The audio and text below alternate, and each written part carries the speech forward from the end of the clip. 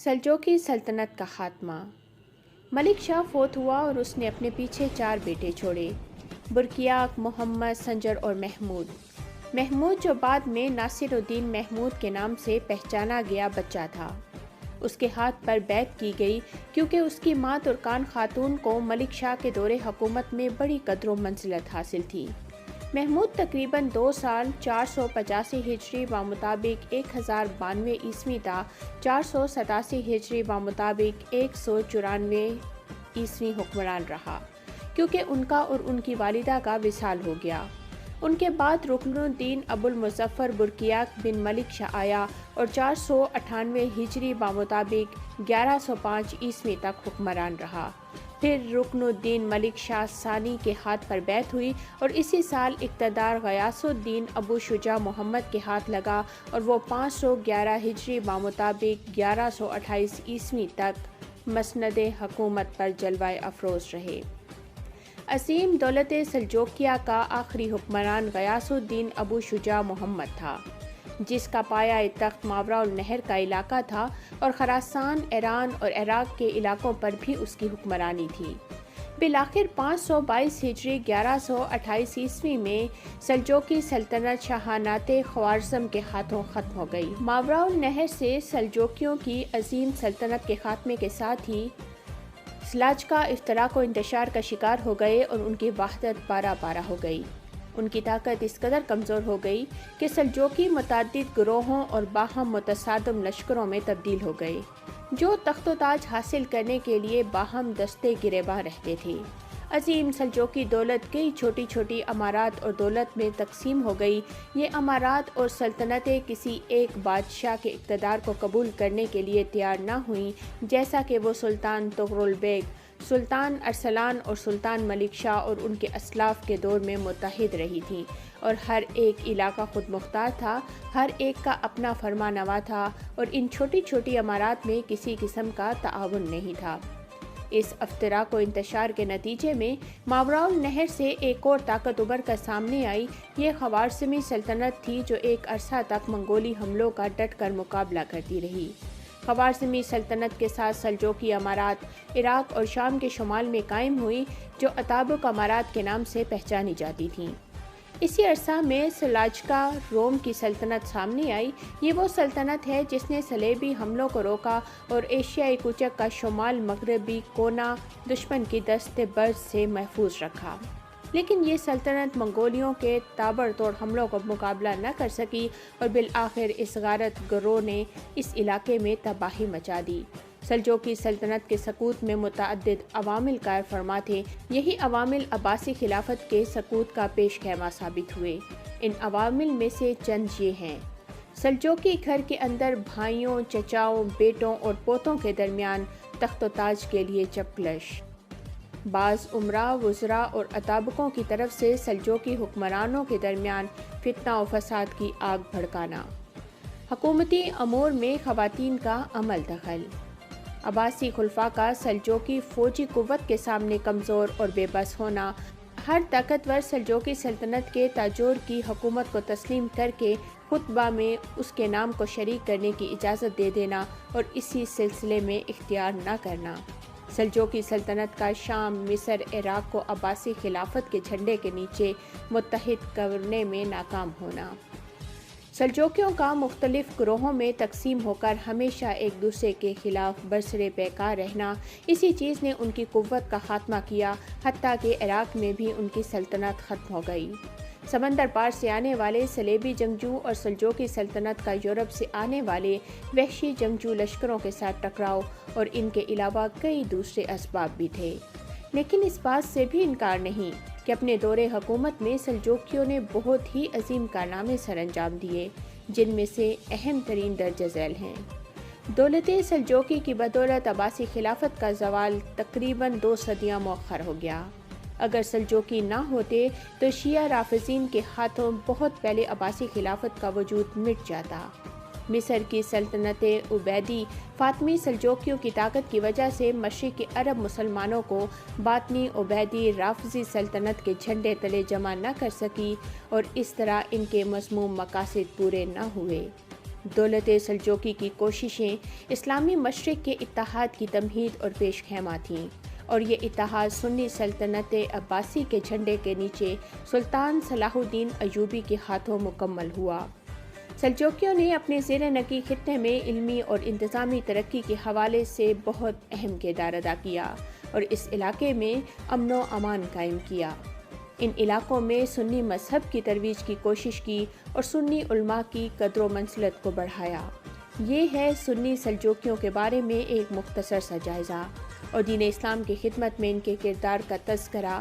بلا شبہ یہ ظلم، جھوٹ اور بہتان ہوگا اگر ہم ان چند لوگوں کی سنی سنائی باتوں پر کان دھریں جو ان جواں مرد اور شجاع مجاہدین اسلام کے بارے میں بے سر و پا باتیں کرتے ہیں۔ دولت عثمانیہ کا قیام اور فتوحات۔ عثمانیہ کا تعلق ایک ترکمانی قبیلے سے ہے جو 7ویں صدی ہجری مطابق 13ویں صدی عیسوی کو کردستان میں آباد تھا اور چرواہا پیشہ تھا۔ چنگیز خان کی قیادت میں جب منگولیوں نے عراق اور ایشیائے کوچک کے مشرقی علاقوں پر حملے کیے تو عثمان کا دادا سلیمان اپنے قبیلے کے ساتھ ہجرت کر کے کردستان اناضول کے علاقوں میں آ بسا اور اخلاط کے شہر کو اپنا مستقر بنایا۔ یہ 617 ہجری 1220 عیسوی کی بات ہے۔ سلیمان 668 ہجری مطابق 1230 عیسوی کو فوت ہوا اور اپنے منجھلے صاحبزادے ارطغرل کو اپنا جانشین مقرر کیا۔ ارطغرل اناضول سے شمال مغرب کی طرف مسلسل بڑھتا رہا اور اس کے ساتھ تقریباً 100 خاندانوں اور 400 سے زائد شاہ سوار تھے۔ عثمان کا والد ارطغرل جب اپنے قبیلے کو لے کر منگولیوں کے خطرے سے بچنے کے لیے بھاگا تھا تو اس کی تعداد 400 خاندانوں سے زیادہ نہیں تھی۔ رستے میں ایک مقام پر اچانک شور و غل بلند ہوا۔ ارطغرل جب قریب پہنچا تو دیکھا کہ مسلمانوں اور نصرانیوں کے درمیان جنگ کا میدان گرم ہے۔ عیسائی مسلمانوں کو پیچھے دھکیل رہے ہیں۔ ارطغرل کے پاس اس کے علاوہ اور کوئی چارہ نہیں تھا کہ وہ پوری شجاعت اور بہادری کے ساتھ آگے بڑھے اور اپنے ہم مذہب اور ہم عقیدہ بھائیوں کو اس مشکل سے نکالے۔ ارطغرل نے اس زور سے حملہ کیا کہ نصرانیوں کے پاؤں اکھڑ گئے اور ان کی پیش قدمی مسلم لشکر کی فتح کا سبب بن گئی۔ جب مارکا ختم ہوا تو سلجوقی اسلامی لشکر کے سپہ سالار نے ارطغرل اور اس کے دستے کی بروقت پیش قدمی کی تحسین کی۔ انہیں رومی سرحدوں کے پڑوس میں اناضول کی مغرب سرحدوں میں ایک جاگیر عطا کی اور اسی طرح انہیں موقع دیا کہ وہ رومی علاقوں کی طرف پیش قدمی جاری رکھتے ہوئے سلجوقی سلطنت کی توسیع کا موجب بنے۔ سلجوقیوں کو ارطغرل اور اس کے قبیلے کی صورت میں ایک طاقتور حلیف مل گیا جس نے رومیوں کے خلاف جہاد میں ان کا پورا ساتھ دیا۔ اس ابھرتی ہوئی سلطنت اور سلاجقہ روم کے درمیان ایک گہرا تعلق پیدا ہو گیا جس کا سبب رومی تھے جو ان کے مشترکہ دشمن تھے اور عقیدہ اور مذہب میں دونوں کے مخالف تھے۔ ارطغرل جب تک زندہ رہا محبت کا یہ تعلق باقی رہا، حتیٰ کہ جب 699 ہجری 1299 عیسوی میں اس کا وصال ہوا تو اس نے اپنے بیٹے عثمان کو اپنا نائب مقرر کیا اور عثمان اراضی روم کی طرف پیش قدمی کر کے سلجوقی سلطنت کی توسیع کی سابقہ پالیسی پر قائم رہا۔ دولت عثمانیہ کا بانی عثمان 656 ہجری 1258 عیسوی ارطغرل کے ہاں ایک بیٹا پیدا ہوا۔ والدین نے اس کا نام عثمان رکھا۔ اسی عثمان کی طرف عثمانی سلطنت منسوب کی جاتی ہے۔ یہ اسی سال کی بات ہے جس سال ہلاکو خان کی قیادت میں منگولیوں نے عباسی خلافت کے دارالحکومت بغداد پر حملہ کیا۔ بڑے بڑے واقعات پیش آئے، مسلمانوں نے بڑی بڑی مصیبتیں دیکھیں۔ ابن الکثیر لکھتے ہیں وہ شہر کی طرف پلٹے، مرد، عورتیں، بچے، بوڑھے، جوان، ادھیڑ عمر، الارض جو بھی ملا اسے قتل کر دیا۔ بہت سے لوگ کنوؤں، جنگلوں اور ویرانوں میں چھپ گئے اور ایک عرصہ تک غائب رہے۔ کئی لوگ دکانوں میں جمع ہوئے اور اپنے آپ پر دروازوں کو بند کر دیا۔ تاتاریوں نے دروازوں کو آگ لگا کر یا توڑ کر کھول لیا اور کشتیوں کے پشتے لگا دیے۔ جو بچ گئے پہاڑی چوٹیوں کی طرف بھاگ نکلے۔ ان وحشتوں نے یوں خون ریزی کی کہ خون گلیوں میں بارش کے پانی کی طرح بہتا تھا۔ کسی کی جان بخشی نہ ہوئی سوائے یہودیوں، نصرانیوں اور ان لوگوں کے جنہوں نے ان کی پناہ لی۔ یہ بہت بڑا واقعہ اور عظیم حادثہ تھا جس سے امت مسلمہ کو گزرنا پڑا۔ ایک ایسی امت جو اپنے گناہوں اور نافرمانیوں کی وجہ سے کمزور ہو گئی اور اس کی طاقت جاتی رہی تھی۔ تاتاریوں نے دل کھول کر خون ریزی کی، بے شمار انسانوں کو قتل کیا، مال و دولت کو لوٹا، گھروں کی اینٹ سے اینٹ بجا دی۔ مشکل حالات میں امت مسلمہ پٹ چکی تھی۔ دولت عثمانیہ کا مؤسس عثمان پیدا ہوا۔ یہاں پر ایک نہایت ہی لطیف نقطہ موجود ہے، اور وہ یہ ہے کہ امت مسلمہ جب ضعف و نکبت کی انتہا کو پہنچ چکی تھی، وہاں سے اسے دوبارہ عروج حاصل ہوا اور وہ عزت و کامیابی کی انتہائی بلندیوں کی طرف پرکشاں ہونے کے لیے تیار ہو گئی۔ یہ حکمت خداوندی ہے، وہ جیسے چاہتا ہے ویسے ہوتا ہے، اس کا حکم نافذ ہو کر رہتا ہے، ارشاد خداوندی ہے۔ بے شک فرعون متکبر بن گیا سرزمین مصر میں، اور اس نے بنا دیا وہاں کے باشندوں کو گروہ گروہ۔ وہ کمزور کرنا چاہتا تھا، ایک گروہ کو ان میں سے ذبح کیا کرتا، ان کے بیٹوں کو اور زندہ چھوڑ دیتا، ان کی عورتوں کو، بے شک وہ فساد کرنے والوں سے تھا۔ ایک دوسری جگہ فرمایا، اور ہم نے چاہا کہ احسان کریں ان لوگوں پر جنہیں کمزور بنا دیا گیا تھا ملک مصر میں، اور بنا دے انہیں پیشوا، اور بنا دے انہیں وارث، اور تسلط بخشیں انہیں سرزمین مصر میں۔ بلا شبہ اللہ تعالیٰ اس بات پر قادر ہے کہ اپنے کمزور بندوں کو صرف ایک دن یا دن کے کچھ حصے میں، بلکہ پلک جھپکنے کی دیر میں تسلط بخش دیں۔ ارشاد باری تعالیٰ ہے، ہمارا فرمان کسی چیز کے بارے میں جب ہم ارادہ کرتے ہیں، اس کے پیدا کرنے کا صرف اتنا ہے کہ ہم اسے حکم دیتے ہیں ہو جا، پس وہ ہو جاتی ہے۔ اہل حق اللہ تعالیٰ کے وعدے کے بارے میں بے صبری کا مظاہرہ نہیں کرتے۔ اللہ اپنے بندوں سے مدد و نصرت اور غلبہ و فتح کا جو وعدہ کرتا ہے اسے پورا کرتا ہے۔ اللہ کریم کے دین پر ثابت قدمی سے چلتے رہنا لازم ہے۔ ارشاد باری تعالیٰ ہے، اور اگر اللہ تعالیٰ چاہتا تو خود ہی ان سے بدلہ لے لیتا، لیکن وہ آزمانا چاہتا ہے تمہیں بعض کو بعض سے۔ اللہ تعالیٰ جب کسی چیز کا ارادہ فرماتا ہے تو اس کے لیے اسباب پیدا فرما دیتا ہے، اور اپنے ارادے کو تھوڑا تھوڑا کر کے پورا کرتا ہے، نہ کہ یکبارگی۔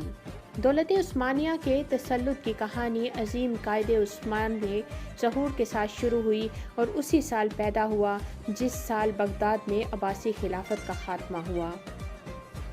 جب ہم عثمان اول کی سیرت میں غور و فکر کرتے ہیں تو ایک فوجی سپہ سالار اور سیاسی شخصیت کی حیثیت سے بعض نہایت ہی اعلیٰ صفات کا پرتو ہمیں اس کی شخصیت میں نظر آتا ہے۔ ان اعلیٰ صفات میں سے اہم ترین درج ذیل ہیں۔ جب نصرانی امراء کو 700 ہجری 1301 عیسوی میں دولت عثمانیہ کے مؤسس عثمان بن ارطغرل سے جنگ کرنے کی غرض سے ایک صلیبی معاہدہ تشکیل دینے کی دعوت دی، اور نصرانی امراء نے اس کی دعوت پر لبیک کہتے ہوئے اس نوزائیدہ سلطنت کو ختم کرنے کے لیے ایکا کر لیا، تو عثمان اپنی فوجوں کو لے کر آگے بڑھا، خود جنگوں میں گھس گیا اور صلیبی فوجوں کو تتر بتر کر کے شجاعت اور بہادری کا وہ مظاہرہ کیا کہ عثمانیوں کے نزدیک اس کی بہادری ضرب المثل بن گئی۔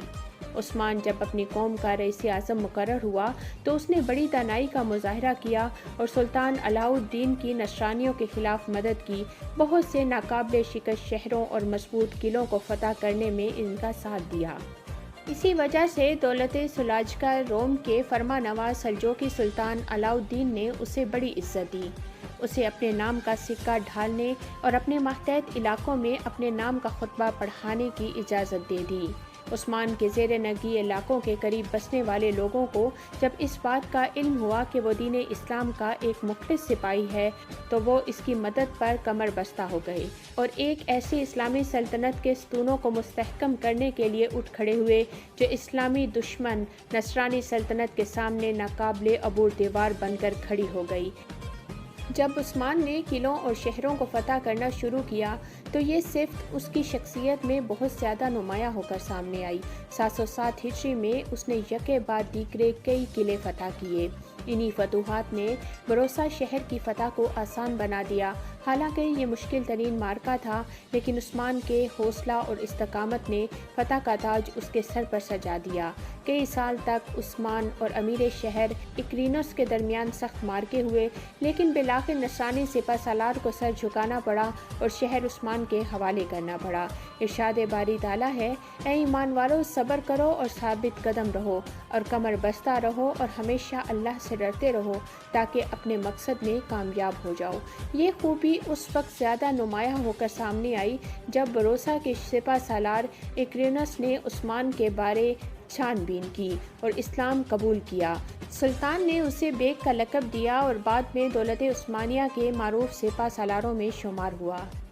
بیزنطی سلطنت کے کئی سپہ سالار عثمان کی شخصیت سے متاثر ہوئے اور اس کے طریقہ جنگ اور سیاست کو پسند کیا، حتیٰ کہ عثمانیوں کی صفیں نو مسلم سپہ سالاروں سے بھر گئیں، بلکہ بہت سی اسلامی جماعتیں خدمت اسلام کے جذبے سے سرشار سلطنت عثمانیہ کے جھنڈے کے نیچے جمع ہو گئیں، جسے جماعت غزایا روم یعنی رومی غازی، یہ وہ اسلامی جماعت ہے جو حدود روم پر نظر رکھے ہوئے تھی اور ہمیشہ سرحد پر خیمہ زن رہتی تھی۔ یہ جماعت عباسی خلافت کے دور سے رومی حملوں کے سامنے سکندری بنی ہوئی تھی۔ ہمیشہ سرحد پر رہنے کی بدولت رومیوں کے خلاف جہاد کے سلسلے میں اس جماعت کو بڑے تجربات حاصل ہوئے اور کافروں کی اخلاقی گراوٹ نے ان کی اسلام سے وابستگی اور نظام اسلام پر یقین کو بہت پختہ کر دیا۔ ایک جماعت حاجیوں پر مشتمل تھی، اس کا نام تھا حاجیات روم یعنی حجاج ارض روم۔ اس جماعت کا کام اسلامی شعور کی بیداری، اسلامی علوم کی ترویج و اشاعت اور اسلامی قوانین میں گہری بصیرت پیدا کرنا تھا۔ ان کے علاوہ کئی دوسری جماعتیں بھی تھیں جن کا ہدف مسلمانوں کی بالعموم اور مجاہدین کی بالخصوص مدد کرنا تھا۔ ارطغرل نے اپنے بیٹے عثمان بانی دولت عثمانیہ کو قرہ حب حصار میں قاضی مقرر کیا۔ یہ اس دور کی بات ہے جب 684 ہجری 1285 عیسوی میں اس شہر پر مسلمانوں کا قبضہ ہوا۔ عثمان نے ایک جھگڑے میں ایک مسلمان کے خلاف حکم سناتے ہوئے بیزنطینی نصرانی کے حق میں فیصلہ کر دیا۔ بیزنطی کو اس سے بڑا تعجب ہوا اور اس نے عثمان سے پوچھا، آپ میرے حق میں فیصلہ کیسے دے سکتے ہیں جبکہ میں آپ کے دین پر نہیں ہوں؟ تو عثمان نے جواب دیا، میں آپ کے حق میں فیصلے کیسے نہ دوں جبکہ اللہ تعالیٰ جس کی ہم بندگی کرتے ہیں ہم سے فرماتا ہے، بے شک اللہ تعالیٰ حکم فرماتا ہے تمہیں کہ سپرد کرو امانتوں کو جو ان کے اہل ہیں، اور جب بھی فیصلہ کرو لوگوں کے درمیان تو فیصلہ کرو انصاف سے، بے شک اللہ تعالیٰ بہت ہی اچھی بات کی نصیحت کرتا ہے تمہیں، بے شک اللہ تعالیٰ سب کچھ سننے والا اور ہر چیز دیکھنے والا ہے۔ عثمان کے اس عدل و انصاف کی بدولت یہ شخص اور اس کی قوم کو ہدایت نصیب ہوئی اور وہ مسلمان ہو گئے۔ عثمان اول اپنی رعایا کے ساتھ اور ان علاقوں میں جو اس نے فتح کیے عدل و انصاف کو کام میں لایا۔ مفتوح اقوام کے ساتھ جود و ستم، ظلم و زیادتی، جبر و سرکشی اور لوٹ کھسوٹ کا سلوک نہ کیا، بلکہ ان کے ساتھ اس ربانی حکم کے مطابق سلوک کیا، جس نے ظلم کیا تو ہم ضرور اسے سزا دیں گے، پھر اسے لوٹا دیا جائے گا اس کے رب کی طرف تو وہ اسے عذاب دے گا، بڑا ہی سخت عذاب، اور جو شخص ایمان لایا اور اچھے عمل کیے تو اس کے لیے اچھا معاوضہ ہے، اور ہم اسے حکم دیں گے ایسے احکام بجا لانے کا جو آسان ہوں گے۔ اس ربانی دستور پر عمل کرنا ایمان، تقوی، فہم و ذکا، عدل، نیکی اور رحم دلی کی دلیل ہے۔ وعدے کی پاسداری کا انہیں بڑا خیال تھا، جو وعدہ کرتے پورا کرتے۔ قلعہ اولوباد کے بیزنطی امیر نے جب عثمانی سپاہ کے ہاتھ میں قلعہ کی چابیاں دی تو یہ شرط عائد کی کہ کوئی عثمانی مسلمان پل سے گزر کر قلعے میں داخل نہیں ہوگا۔ عثمان نے اس کا پورا التزام کیا اور ان کے جانشینوں نے بھی اس عہد کو نبھایا۔ دولت عثمانیہ کے بانی عثمان بن ارطغرل کی کارروائیوں اور فتوحات اقتصادی، عسکری یا کسی اور مصلحت کے لیے نہیں تھی، بلکہ ان کی غرض و غایت کلمہ حق اور دین اسلام کی ترویج تھی۔ یہ تھیں عثمان اول کی بعض اعلیٰ صفات جو در حقیقت ایمان، روز آخرت کے لیے تیاری، اہل ایمان کے ساتھ محبت، اہل کفر سے نفرت اور جہاد فی سبیل اللہ اور دعوت حق کے ساتھ ان کی محبت کا طبی ثمر تھیں۔ یہی وجہ ہے کہ عثمان اپنی فتوحات میں ایشیائے کوچک کے علاقے میں رومی حکمرانوں سے 3 میں سے ایک چیز اختیار کرنے کا مطالبہ کرتے تھے: اسلام قبول کریں، جزیہ دیں یا پھر جنگ کے لیے تیار ہو جائیں۔ اسی وجہ سے بعض لوگ دائرہ اسلام میں داخل ہوئے اور بعض نے جزیہ دینے پر صلح کر لی، لیکن جن لوگوں نے نہ اسلام قبول کیا اور نہ ہی جزیہ دینے پر راضی ہوئے، عثمان نے ان کے خلاف جہاد کیا اور اس میں کسی سستی کا مظاہرہ نہ کیا، اور اسی طرح رومیوں کو پیچھے دھکیلتے ہوئے بہت سے علاقوں کو اپنی مملکت میں شامل کر لیا۔ ایمان باللہ اور خوف آخرت کی بدولت عثمان کی شخصیت میں بڑی سنجیدگی اور جاذبیت تھی۔ اسی وجہ سے اس کی قوت، اس کی عدالت پر، اس کا اقتدار، اس کی رحمت پر، اس کا غنا، اس کی تواضع پر غالب نہ آئی۔ وہ اللہ کی تائید و نصرت کا مستحق بن گیا۔ اللہ تعالیٰ نے اسے اقتدار اور غلبے کے اسباب مہیا کیے۔ یہ اللہ کریم کا اپنے بندے عثمان پر خصوصی فضل تھا۔ اللہ کریم نے حسن تدبیر و رائے، کثرت جنود اور ہیبت و وقار کے ذریعے ایشیائے کوچک میں انہیں اقتدار بخش دیا۔ اللہ کریم کی اس پر خصوصی نگاہ تھی کہ اس پر توفیق کا دروازہ کھول دیا اور اس کے بلند مقاصد کو پورا کر دیا۔ دعوت اللہ کی محبت کے سبب انہوں نے بڑے کارنامے سر انجام دیے۔ انہوں نے اپنی تلوار خارا شگاف کے ذریعے جہاں عظیم فتوحات حاصل کی، وہاں ایمان اور حسن و کردار کے ذریعے دلوں کو مسخر کیا۔ جب بھی کسی قوم پر غلبہ حاصل ہوا، اسے حق اور ایمان باللہ کی دعوت ضرور دی۔ وہ اپنی سلطنت کے تمام علاقوں اور شہروں میں اصلاحی کاموں کے حریص تھے۔ انہوں نے حق اور عدل و انصاف کی حکمرانی عام کرنے کی کوشش کی۔ انہیں اہل ایمان سے گہری محبت اور سچی لگن تھی، اور جس طرح وہ اہل ایمان کو دل و جان سے چاہتے تھے، اسی طرح اہل کفر سے بیر رکھتے تھے۔